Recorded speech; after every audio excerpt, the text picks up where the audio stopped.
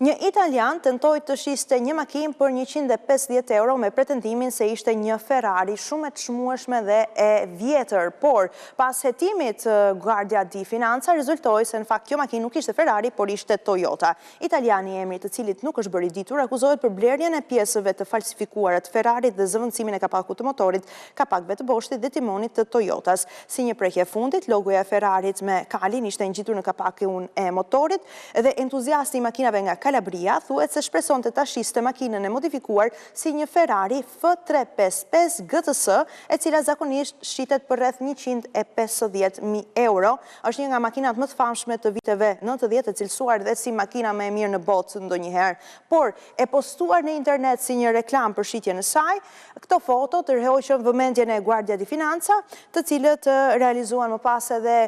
konfiskimin e makinës, por edhe arrestimin e italianit.